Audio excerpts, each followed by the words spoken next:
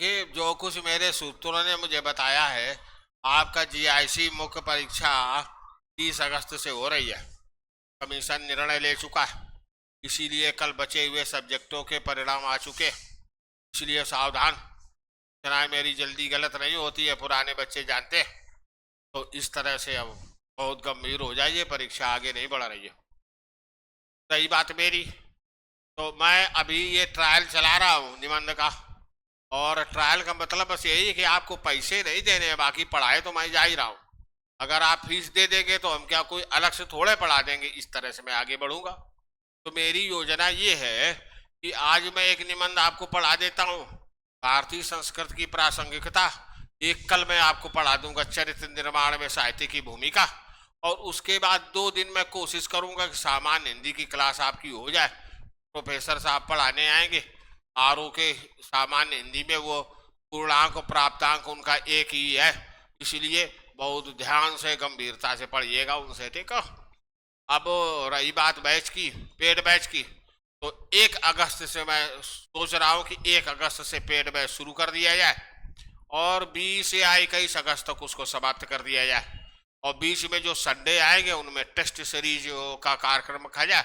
तो ये मोटी रूपरेखा मैं आपको बता दे रहा हूँ, और फिर आगे फिर जब ट्रायल खत्म होगा तो फिर हम डिटेल आपको बताएंगे ही बताएंगे, ठीक है।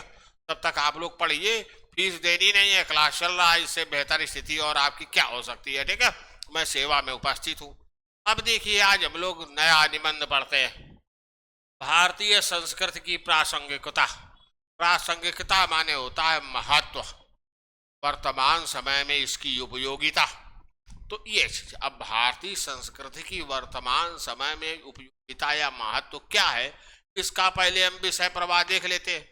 विषय प्रवाह माने निबंध का ढांचा, उस निबंध में कितने स्टेप में वो लिखा गया है, और ये जो स्टेप है किस क्रम में व्यवस्थित है, तो यही बात रहती है। तो पहले हम प्रस्तावना दे देंगे, प्रस्तावना के बाद हम इसकी प्रासंगिकता या महत्व के जो विभिन्न आयाम हैं उनको कवर करेंगे। पहले हम क्या कह देंगे, विविधता में एकता और जो सहिष्णुता माने सहनशीलता है भारतीय संस्कृति की, वो वर्तमान समय में कितना प्रासंगिक है।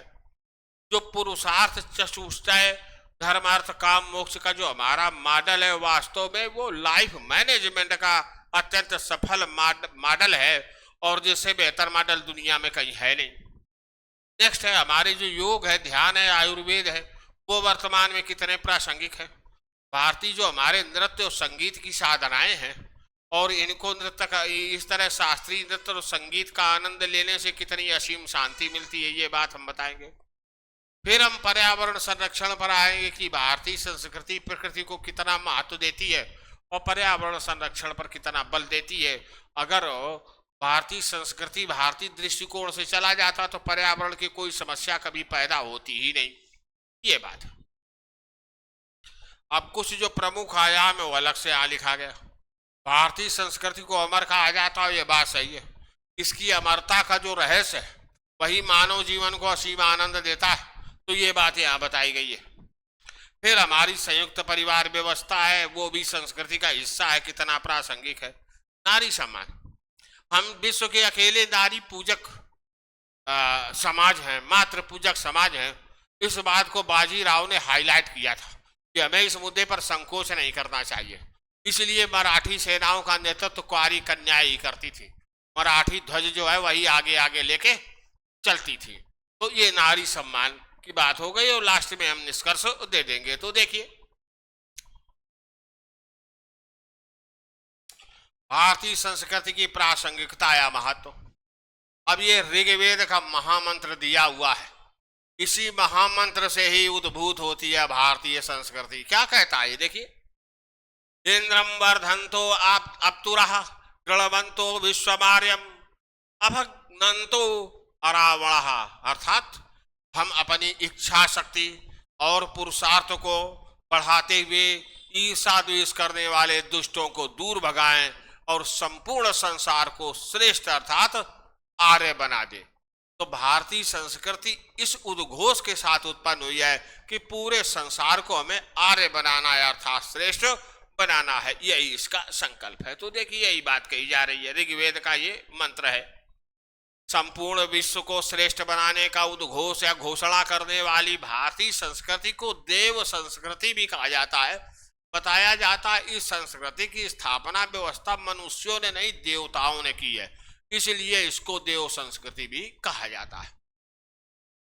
तो भारतीय संस्कृति या देव संस्कृति कोई जड़ परंपरा नहीं है जो समय के साथ बदलती नहीं है, बल्कि वैश्विक चेतना का शाश्वत या सनातन प्रवाह है जो आदिकाल से आज तक लगातार निरंतर रूप से प्रवाहित हो रहा है। तो विश्व चेतना अर्थात विश्व जागरूकता का ये प्रवाह या धारा है जो अनादिकाल से लगातार प्रवाहित हो रही है।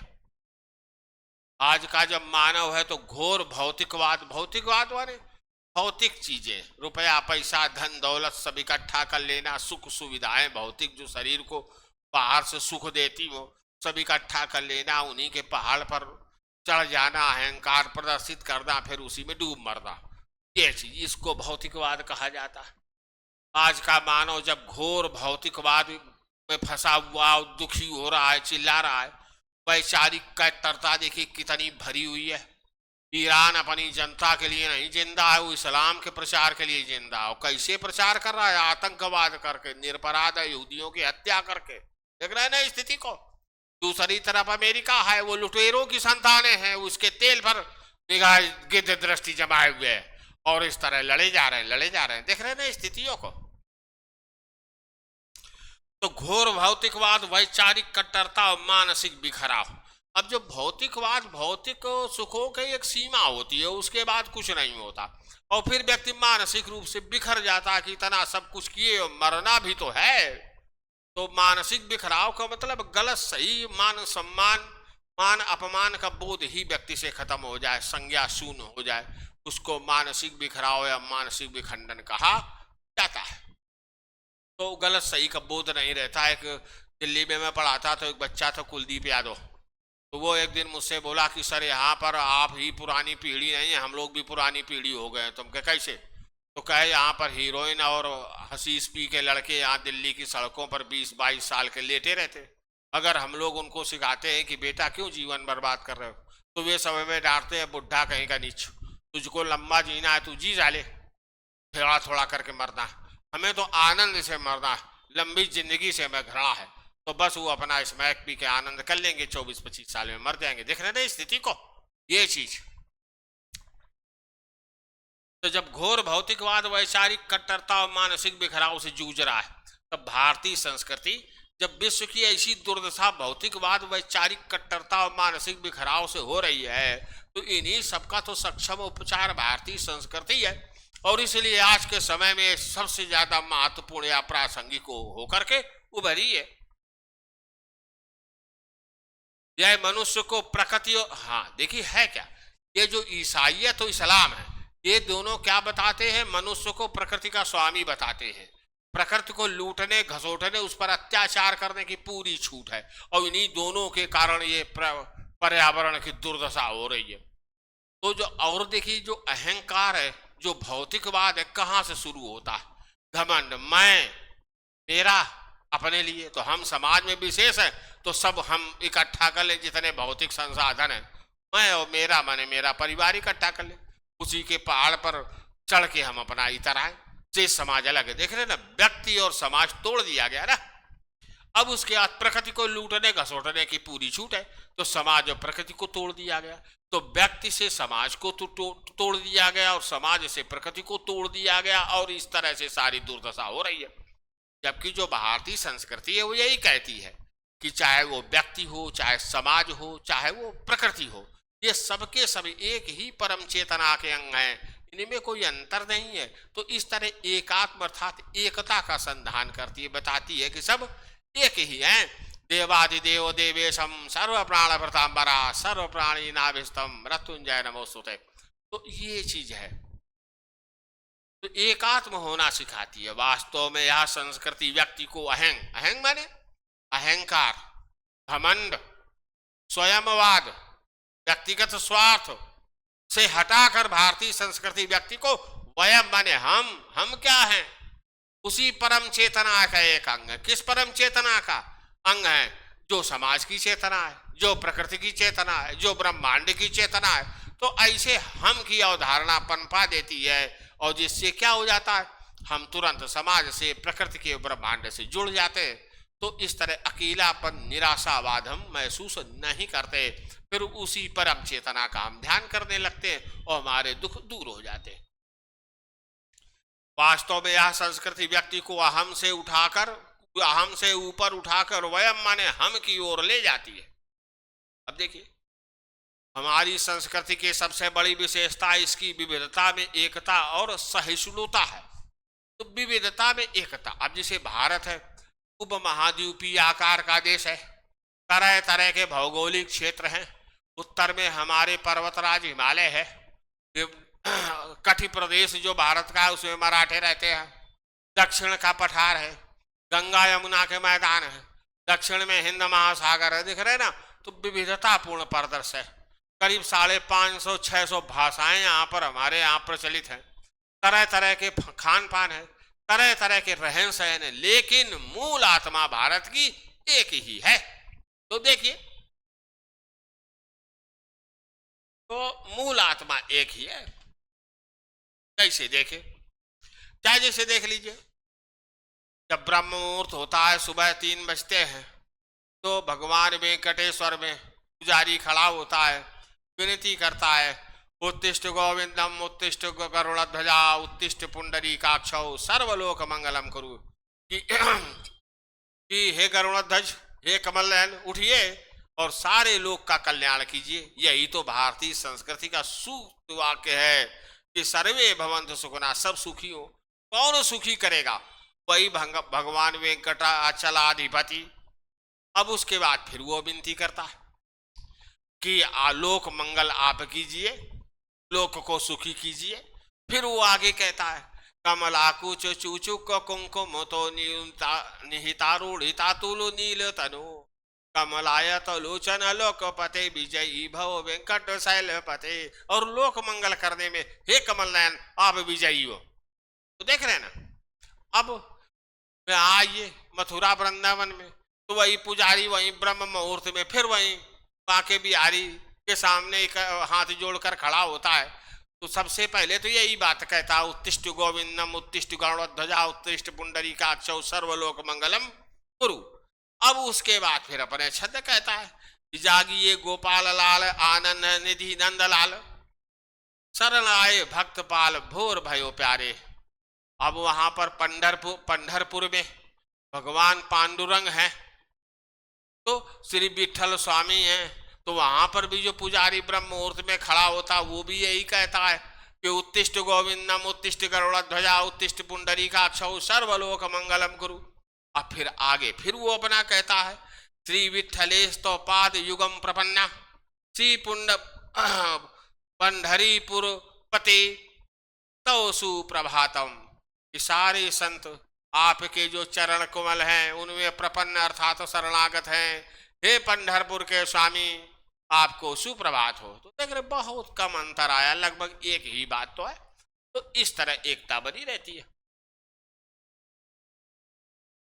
सहिष्णुता माने दूसरों को सहने की क्षमता, दूसरों के विचारों का सम्मान करने की क्षमता। तो हमारे यहाँ सारी विचारधाराएं, सारे धर्म सदैव से ही फलते फूलते रहे हैं और कोई इस तरह का नहीं। ये धार्मिक लोकतंत्र है। अब पुजारी है वो बिना वो कभी दारू ही नहीं पीता, पूरा सात्विक भोजन करता है और अपना भगवान का नाम लेता है। वही तांत्रिक है वो बिना मांस खाए बिना दारू पिए वो पूजे नहीं करता है। अब पुजारी कहता है कि बिल्कुल सात्विक जीवन से ही ईश्वर प्रसन्न होता है, तो तांत्रिक उसको डांटता कि जब बिना दारू पिए बिना मांस खाए ईश्वर कैसे प्रसन्न होगा, बिल्कुल नहीं होता, तुझको पता नहीं। दोनों आपस में झगड़ा करते, अपनी अपनी पूजा पद्धतियां अनादिकाल से दोनों चलाए हुए। फिर उसके बाद जैन धर्म आया, बौद्ध धर्म आया, सिख धर्म आया, तो सबके सब अपना फले फूले कि नहीं। ये जो वैचारिक कट्टर सामंत साम्राज्यवादी धर्म ईसाइयत और इस्लाम आए, इनका भी स्वागत किया गया। हाँ, इन्होंने भारत कुछ कुछ दिया नहीं, ढेर सारी बुराइयों के अतिरिक्त, तो लेकिन फले फूले सबके सब। तो ये देखिए स्थिति। हमारी संस्कृति का जो मूल मंत्र है वसुधैव कुटुंबकम सर्वे भवन्तु सुखिनः तथा अतिथि देवो भव है। ये 3 मूल मंत्र हैं हमारे कि वसुधा संपूर्ण विश्व हमारा परिवार है, सभी सुखी हो, और अतिथि देव है, देवता है। यह उदार भावना आज के स्वार्थी और बटे हुए संसार को आपस में जोड़ने के लिए सर्वाधिक आवश्यक है। यही आदर्श वैश्वीकरण के दौर में विभिन्न देशों के बीच जो आपसी टकराव हो रहे हैं, अभी अमेरिका ईरान की हमने बात की, रूस की यूक्रेन की बात की, रूस की यूरोप की बात की, चीन की ताइवान की, चीन की जापान की, तो ये बात कही जा रही है कि वैश्वीकरण के दौर में दोनों देशों के बीच, विभिन्न देशों के बीच जो आपसी टकराव है वो शांतिपूर्ण सह अस्तित्व से, मतलब सहिष्णुता अगर देश दिखाए तो ये सब रुक जाएंगे। सहिष्णुता किसका लक्षण है? भारतीय संस्कृति का। यही बात तो कही जा रही है।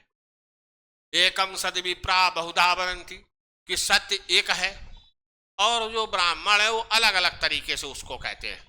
तो यहाँ कोई चिंतित होने की बात नहीं है। तो इस तरह का अगर उदार स्थिति को लिया जाए तो ये जो ऋग्वेद का महामंत्र है, जितने तरह की धार्मिक कट्टरता इसीलिए तो होती है। ईसाइयत कहती है कि उसका ईश्वर सच्चा है, बाकी सब झूठे है।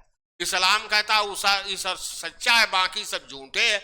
यही तो जड़ है धार्मिक कट्टरता की, यही तो जड़ है धर्मांधता की, और यही जड़ है जितना ये कलह हो रही है। भारतीय संस्कृति इसका एक समुन्नत मार्ग सुझाती है। तो ये चीज इसीलिए वो सब मारकाट करते।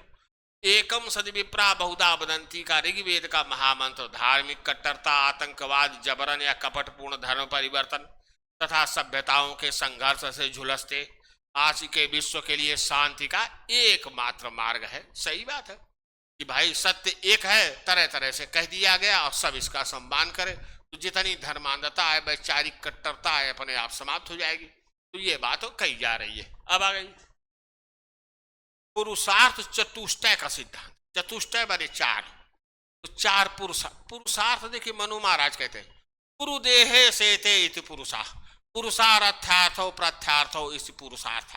माना शरीर रूपी पुरिया जो किला है ये, इसके अंदर जो रहता है, कौन रहता है? आत्मा। वही क्या है? पुरुष। और पुरुष के होने का जो अर्थ, औचित्य और महत्व है वही तो पुरुषार्थ में। पुरुष इस पूरे किले के अंदर बंद। क्यों बंद? उसके बंद होने का जो उद्देश्य है वही तो पुरुषार्थ है। समझ में आई बात? अर्थात जीवन का उद्देश्य। अब ये जीवन के 4 उद्देश्य बताए गए, धर्म, अर्थ, काम और मोक्ष। ये केवल धार्मिक अवधारणा नहीं है। धर्म हमारे यहाँ नैतिक आचरणों की संहिता भी तो है ये। तो यही बात कही जा रही। मनु महाराज कहते हैं क्षमा दमोस्तेयम शौचम इंद्री निग्रह धीर विद्या सत्यम क्रोधे 10 कम धर्म लक्षणम। तो इस तरह नैतिक आचरण की संहिता है ये। तो देखिए ये जो पुरुषार्थ चतुष्टय का सिद्धांत है केवल एक धार्मिक अवधारणा नहीं है, बल्कि यह मानव जीवन को संतुलित करने, उद्देश्यपूर्ण, सफल और सुखी बनाने का एक लाइफ मैनेजमेंट का मॉडल है, जीवन प्रबंधन का मॉडल है। कैसे? सर्वोच्च महत्व धर्म को दिया गया है। तो देखिए मतलब नैतिक आचरण को दिया गया है। आज के आधुनिक तनावग्रस्त और भौतिकवादी युग में इस सिद्धांत अर्थात पुरुषार्थ चतुष्टय की सिद्धांत की प्रासंगिकता बहुत अधिक बढ़ गई है। आज का समय क्या है? नैतिक पतन है, भ्रष्टाचार है, मूल्यहीनता से जूझ रहा है। ऐसे में धर्म पूजा पाठ नहीं बल्कि कर्तव्य, सदाचार, न्याय और जिम्मेदारी का बोध कराता, अर्थात नैतिक आचरण की संहिता के रूप में सामने आता है। सही गलत को लेकर सामने आता है। और जब सही गलत का लोग अंतर समझेंगे, उसका महत्व समझेंगे, तो लोग गलत आचरण नहीं करेंगे। जब नहीं करेंगे तो इन समस्याओं का समाधान अपने आप हो जाएगा। अर्थ, जो अर्थ नाम का पुरुषार्थ वो धन कमाने का विरोध नहीं करता, बस इतना कहता है धर्म के माध्यम से धन कमाया जाए, धार्मिक साधनों से धर्म कमाया जाए, अधार्मिक साधनों से नहीं। लूट खसोट, अन्याय, अत्याचार, शोषण से धन नहीं कमाया जाना चाहिए। तो देखिए अर्थ धन कमाने का विरोध नहीं करता, किंतु धन हमेशा धर्म अर्थात न्यायपूर्ण तरीके से कमाया जाना चाहिए। बस इतनी बात ये कहता है। अगर आज के समय में अर्थ के पुरुषार्थ का लोग जो है उस आचरण करें उसके इसके अनुसार, तो काला बाजारी, भ्रष्टाचार और आर्थिक अपराधों पर लोग रोक लगाने का ये अचूक उपाय है कि धन न्यायपूर्ण साधनों से कमाया जाए। तीसरा है काम। काम के अंतर्गत सभी भौतिक इच्छाएं आती। काम के अंतर्गत सभी भौतिक इच्छाएं आती। तो काम कहता है कि जो भौतिक शारीरिक इंद्रियगत इच्छाएं उनका दमन नहीं करता, बस उनका संतुलन सिखाता है कि संतुलित उपभोग होना चाहिए। तो काम इच्छाओं के दमन की बात नहीं करता, बल्कि उनके संतुलित उपभोग की बात करता है। क्योंकि अगर ये जो भौतिक इच्छाएं हैं और जो इंद्रियगत इच्छाएं अगर अनियंत्रित हो गई तो ये तो अपराध की ओर ले जाती हैं। देख रहे हैं ना, अनियंत्रित इच्छाएं व्यक्ति को अपराध की ओर ले जाती हैं। कला, संगीत, साहित्य और परिवार के साथ समय बिताना, ये सब भी काम के पुरुषार्थ के अंतर्गत आता है। काम का शाब्दिक अर्थ होता है वर्डली प्लीजर्स, वैश्विक जो सुख है वो सब इसी काम के अंतर्गत समाहित हैं, लैंगिक सुख सहित, ये चीज है। तो कला, संगीत, साहित्य और परिवार के साथ समय बिताना काम पुरुषार्थ के अंतर्गत आता है। आज के जो वर्कहोलिक युवा हैं उनको मानसिक शांति, परिवार के साथ समय बिताना, कला, संगीत, साहित्य के आनंद लेने से मानसिक शांति मिलेगी और जीवन में संतुलन प्राप्त होगा, जो उनके लिए अति आवश्यक है। नेक्स्ट है मोक्ष। मोक्ष का अर्थ केवल मरने के बाद स्वर्ग जाना नहीं है। यहां पर रह करके सशरीर मोक्ष भी पाई जा सकती है। अपनी सारी इच्छाओं को समाप्त कर दीजिए। ये चीज देखिए, मोक्ष का अर्थ केवल मरने के बाद स्वर्ग जाना नहीं है, बल्कि जीवित रहते हुए भी मानसिक जो बंधन है, जो आसक्तियां माने मोह है, अहंकार माने जो घमंड और लालच है, उस सबसे मुक्त हो जाइए। अब जब ये सबसे मुक्त हो जाएंगे, उपभोक्तावाद पर पूर्ण रोक लग जाएगी, क्योंकि आप न्यूनतम साधनों के साथ जीवन निर्वाह करेंगे और कोई लालच नहीं करेंगे। यह उपभोक्तावाद पर अंकुश लगाता है। अपरिग्रह माने जरूरत से अपरिग्रह का सिद्धांत महात्मा गांधी, जैन धर्म, सब जगह भारतीय संस्कृति में है, वेदों उपनिषदों में। मतलब आवश्यकता से अधिक धन और वस्तुओं को न रखना, ये चीज अंकुश लगाता है। यही मोक्ष का पुरुषार्थ अपरिग्रह सिखाता है, जो मानसिक शांति के लिए आवश्यक है। और पुरुषार्थ चतुष्टय का सबसे सुंदर पहलू तो इन चारों पुरुषार्थों का संतुलन है। पश्चिमी देशों में जो ये जीवन का उद्देश्य है वो केवल अर्थ है और काम है बस। तो ये केवल उनका द्विस्तरीय मॉडल है, वो हमारे मॉडल के सामने कहीं नहीं ठहरता। इसीलिए आज वो हमारे मॉडल की तरफ आकर्षित हो रहे हैं और अपना रहे हैं। तो पश्चिमी देशों के केवल अर्थ और काम वाले मॉडल की तुलना में कहीं अधिक उन्नत है। अब धर्म, अर्थ, काम, मोक्ष का जब मॉडल आ गया तो उसके उपकरण भी साथ में आए। तो आज वैश्विक स्तर पर भारत का जो योग है, ध्यान है, वो आयुर्वेद है, उसे प्रमाणिक जीवन पद्धति के रूप में स्वीकार कर लिया गया है। हमारे जो शास्त्रीय संगीत है, जो नृत्य वगैरह है की साधनाएं हैं, वो मनुष्य के तनाव को दूर करके उसे वास्तविक सुख और असीम शांति प्रदान करती हैं और पूरे विश्व में अब प्रदान कर रही हैं। इनका बोलबाला हुआ जा रहा है। ये भारतीय संस्कृति में पर्यावरण संरक्षण केवल भोजन की आदतों तक सीमित नहीं है। हम शाकाहारी हैं, किसी पशु पक्षी पर अन्याय अत्याचार नहीं करते। केवल भोजन की आदतों तक सीमित नहीं है, बल्कि यह एक संपूर्ण जीवन दृष्टि है। क्या कहती है ये कि तेने त्यक्तेन भुंजीथा मागृधा, अर्थात प्रकृति का त्याग पूर्वक भोग करो, लालच मत करो। जितना अनिवार्य है प्रकृति से लेना वही न्यूनतम अनिवार्य लीजिए, लालच मत कीजिए। ये देख रहे हैं ना, भारतीय संस्कृति प्रकृति को जीतने की नहीं बल्कि उसके साथ तालमेल बिठाकर जीने की सीख देती है। प्रकृति के एक अंग के रूप में जीवन जीने की सीख देती है। महाकवि कालिदास बताते अभिज्ञान शाकुंतलम में, जब शकुंतला अपने विदाई के लिए, अपने ससुराल जाने के लिए जब वन से विदा ले रही है, वो दृश्य जो महाकवि ने दिखाया है, तो विश्व के महानतम कवि की अंतम प्रतिभा के स्वर्ण स्पर्श से सहसा जगमग ये दृष्टि, यह दृश्य भारतीय संस्कृति और प्रकृति के बीच जो संतुलन है उसका सर्वोच्च स्तर प्रस्तुत कर देती है। तो यही बात कही जा रही है। देखिए, महाकवि कालिदास अभिज्ञान शाकुंतलम में शकुंतला की विदाई के समय वनस्पति और जीवों की जो व्याकुलता दिखाते हैं वह पर्यावरण के साथ हमारे चरम आत्मिक जुड़ाव का परिणाम है। क्या कहते? उद्दलित दर्भ कवला मृगया प्रत्यक्त नर्थना मयूरा अप्रसत पांडुपत्रा।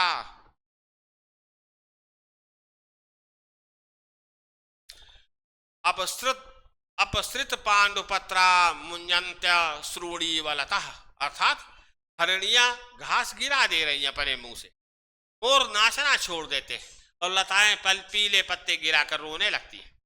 जहां पश्चिमी सोच ने प्रकृति को केवल मानव उपभोग की निर्जीव वस्तु माना, वहीं भारत ने उसे चेतना से युक्त माना।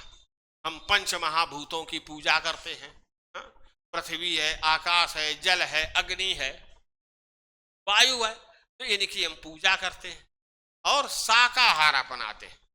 यही सारे ब्रह्मांडीय जो दया भाव है उसी का तो ये उदाहरण है। केवल पर्यावरण के प्रति नहीं, सारे ब्रह्मांड के प्रति जो हमारा दया भाव है उसी के उदाहरण है। ये देखिए, आकाश की पूजा और शाकाहार इसी व्यापक ब्रह्मांडीय दया भाव के व्यवहारिक भाग है जो हमारी सभी पर्यावरणीय समस्याओं का एकमात्र समाधान है। अगर इसी दृष्टि पर हम चलने लगे तो सारी पर्यावरणीय समस्याओं का अंत हो जाएगा। नेक्स्ट देखिए, भारतीय संस्कृति की अमरता का रहस्य इसकी अंतरात्मा में छुपा है। इतिहास में कई महान सभ्यताएं, मिस्र, यूनान और रोम जैसी संस्कृतियां समय के थपेड़ों से नष्ट हो गई, किंतु भारतीय मनीषा का सनातन प्रवाह अबाध रूप से जारी है। क्या कह, यही इकबाल कहते हैं, कुछ बात है कि हस्ती मिटती नहीं हमारी, सदियों रहा है दुश्मन दौरे जमा हमारा। अब देखिए, भारत ने कभी धन दौलत को अपना लक्ष्य नहीं बनाया। इसका पूरा जोर स्वयं को जीतने पर रहा है। मानव स्वयं को जीते, अर्थात अपनी इंद्रियों को जीतना, अपने मन को जीतना। ये स्वामा ने अपने स्वयं को जीतना रहा है। यत पिंडे तत् ब्रह्मांडे, पिंड माने जो मानव शरीर है, जो कुछ शरीर में है वही ब्रह्मांड में।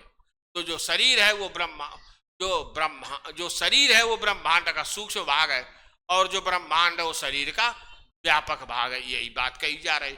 यत पिंडे तत् ब्रह्मांडे के दर्शन ने मनुष्य को कभी अकेला नहीं होने दिया। तो ये चीज अब देखिए कैसे, जो हमारी हड्डियां हैं शरीर की उनको पृथ्वी तत्व माना गया, जो हमारे शरीर का तापमान है उसको अग्नि तत्व माना गया, जो हम सांसें लेते हैं वो वायु तत्व माना गया, और हमारे शरीर में 70% जल तो है ही।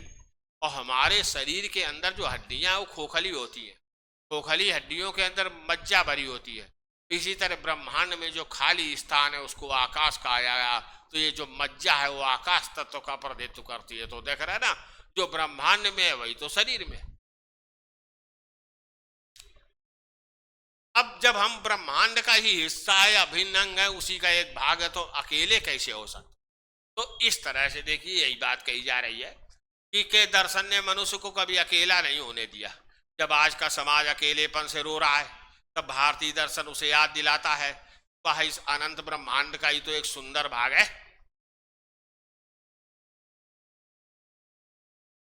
आज के जीवन की सबसे बड़ी समस्या है तनाव और असफलता का डर। यही तो हो रहा है। इस मानसिक अशांति की रामबाण औषध हमें श्रीमद् भगवद गीता के कर्म योग में मिलती है। कर्मण्येवाधिकारस्ते मां फलेषु कदाचित् मां कर्म फल हेतु भूर्मा तो संगो वस्तु कर्मणि। तो ये कहता है कि कर्म पर, भगवान कहते हैं कर्म पर तुम्हारा अधिकार है, फल पर नहीं। तो कर्म करो, फल की चिंता मत करो।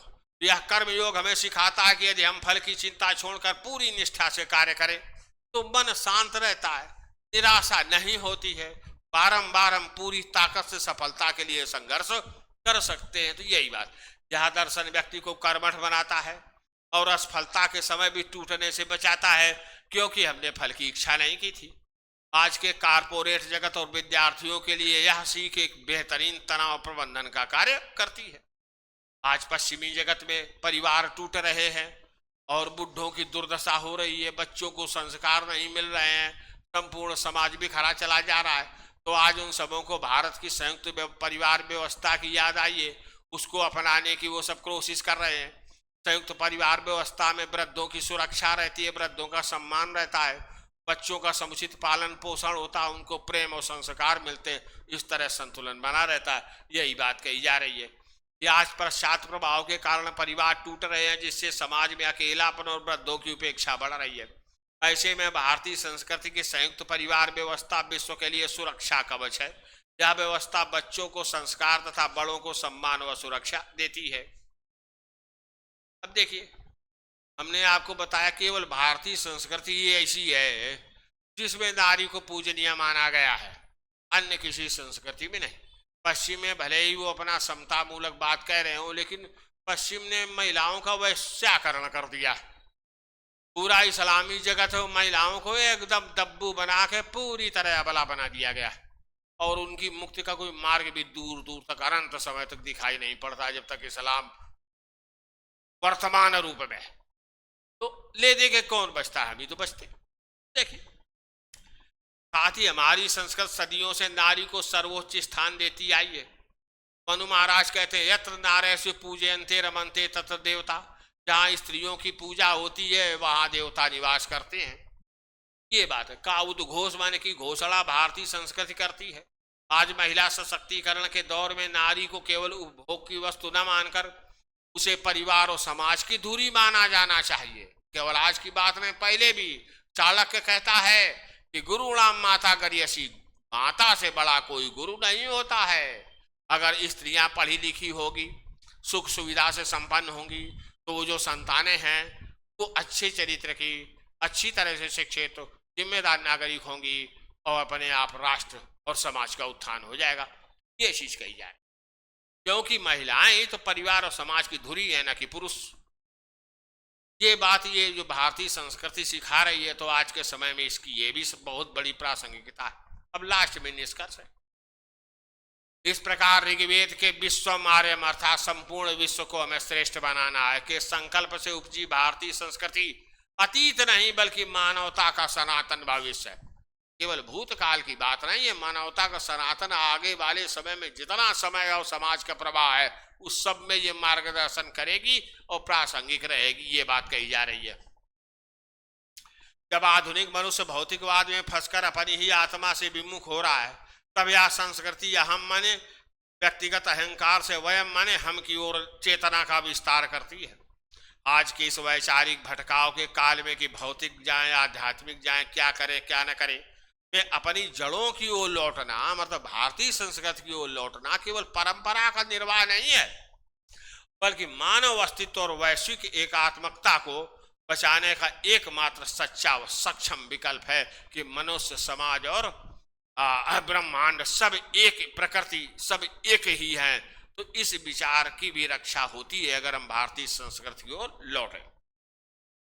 इसीलिए रोमा रोला, ये फ्रांसीसी साहित्यकार दार्शनिक थे, महान व्यक्तियों में इनकी गणना होती है। तो इन्होंने कहा कि इन्होंने भारतीय संस्कृति को मानव जाति के विचारों का सबसे सुरक्षित घर माना है, कि मानव जाति के जो सबसे उन्नत विचार है वो भारत में है और सबसे ज्यादा सुरक्षित स्थान पर है। तो भारत में पैदा हुए ये महान विचार और भारत में सबसे ज्यादा सुरक्षित है। जब मानवता दिक्कत में आएगी तो इन्हीं विचारों को लेकर के अपना कल्याण करने में सक्षम होगी। ये है स्थिति, ये चीज है।